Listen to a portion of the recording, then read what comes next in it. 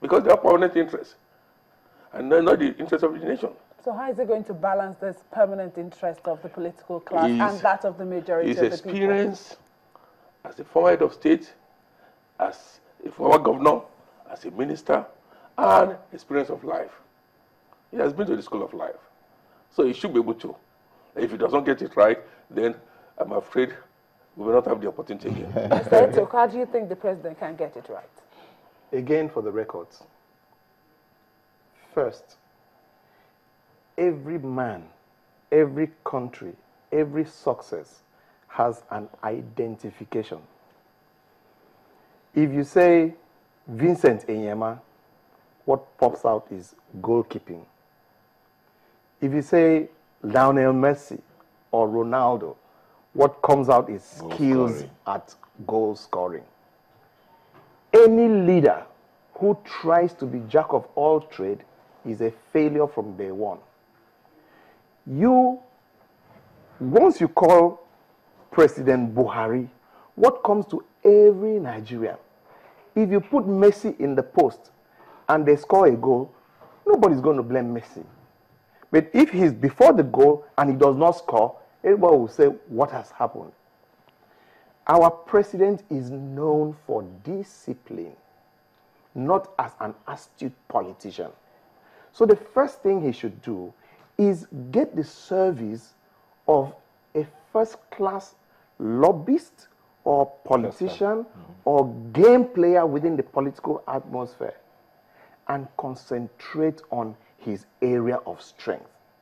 As at today, after 2 weeks, what have Nigerians felt?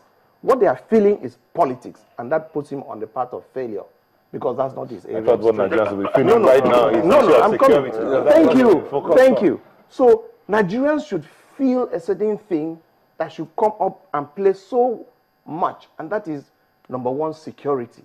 He has to hit it, and he's doing well. He has to hit it very hard. Number two is that of no nonsense in terms of discipline, responsibility. He's going to the office on time. He's getting people to start to feel the body language. He's feeling the system to know that, oh boy, game don't change. That is what should be what Nigerians, on the face of Nigerians today. At the end of 4 years, we are not going to judge him like Patutomi on the economy. We are going to judge him that this man has restored sanity to Nigeria. This man has brought security to Nigeria. If we can say that of the president at the end of 4 years, he would be a mega success. Understand? It's okay. You're really moving far. Yeah, it's just barely, we must. A few months. Yes. No, that's what I'm saying. No. They say the book starts with the opening and the conclusion. The moment your first body language is not in the direction you want to go, to turn the people back to that direction becomes very difficult. Okay, Mr. Onu. Yeah.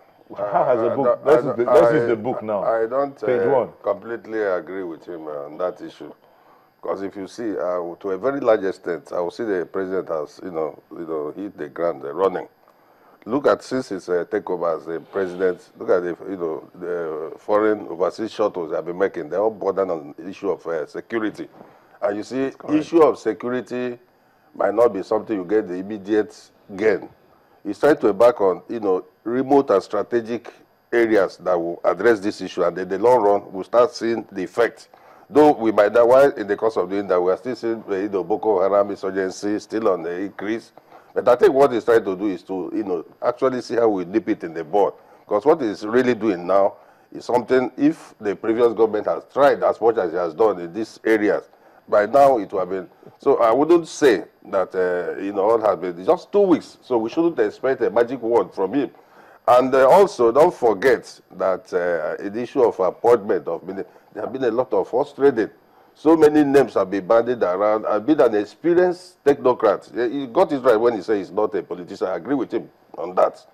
But our president is more or less a technocrat administrator that will need somebody, not a good image maker, not let us not use the word game changer, because you know what it reminiscence us of. somebody that will, you know, advise him very well on be lobbyists. Let's use the word lobbyists that will make sure so that some aspect of this issue of political intrigue is that is not well acquainted with that will assist him. But I think on a very general note, Mr. President is doing very well. And in no distant time, as a communicator has said, there is nowhere naming ministers now without confirmation by the Senate amounts to not. So let's give him the time. He will get assemble the best hand. The transition report has just been handed over to him yesterday. I think it will take time for him to study it, you know, see how he will go about implementing it. And I see APC, you know, creating the much desired Eldorado for this society. Okay. You see that? Yes, But yes. part of moving forward is, of course, what the National Assembly can also do. Now, the 8th Assembly is starting on this note. We are hoping that everything will get better. And the 7th Assembly, we saw that in one day, about 46 bills were passed. And I'm sure Nigerians don't want to see that in this new dispensation. What would you advise the National Assembly to do in terms of the approach to the bills at, you know, at their table? Well, the dust is settling down, and the reality is on ground. It is now for the leadership of the National Assembly to come together to chart a roadmap for the second arm of government. And I believe that, you see, it's to provide checks and balances. Not necessarily to agree with the executive all the time, but to be able to say, look, we have the mandate of the people to defend them, to be able to propel them. Now, we expect this from government. And again, our people are saying, this is what we want. So it is for the National Assembly to be proactive, not necessarily to be an appendage of the presidency, of the executive. So we expect a very, very creative, focused, and a futuristic National Assembly that will be able to navigate and assist the executive to achieve the most desired goals, and especially the manifesto of the APC. Mr. Mara, your party, you're a governorship candidate, so you have an idea of what the manifesto is. The National Assembly, if you had won that election into your state, you would have had a state assembly to work with. So let's move that picture that you would have had to work with and put yourself in the place of the president now, working with the National Assembly that is mixed. How would it play out? What would you tell? What would you be expecting from that assembly? I mean, definitely, the approach to managing this National Assembly will be different from managing if it was fully in the control of the party. So I think that's the first thing the president is going to realize. I think that he's going to work closely with the Senate president, and he's going to, as a party, we will have to be able to open up a little bit and accommodate a lot more interest. I envisage that the challenge will start from even the committees when they are going to be appointed. You understand? So I think, but again, politics is horse trading, ensuring, like the communicator has said, that the various interests are taken care of. It is not an impossible task, but it will require more skills, more time, more involvement of people to move this forward. And I also am happy that the president is somebody the whole country respects so much.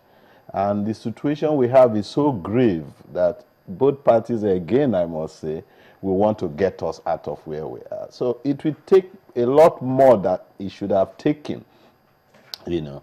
In my case, for example, if I was running, if I was the governor and I have that kind of situation, I would not play fire shift, for example.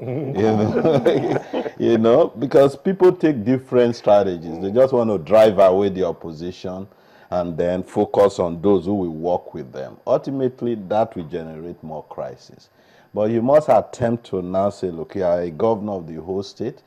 Even if there are multi-parties that are involved, you want to work for the interest of the state. Belong to everybody. Yeah, let's find a way you know, to accommodate. So more the ultimate focus should be service to the people. Excellent. Now, talking about the people, how can the people, let me ask the lawyer now, how can the people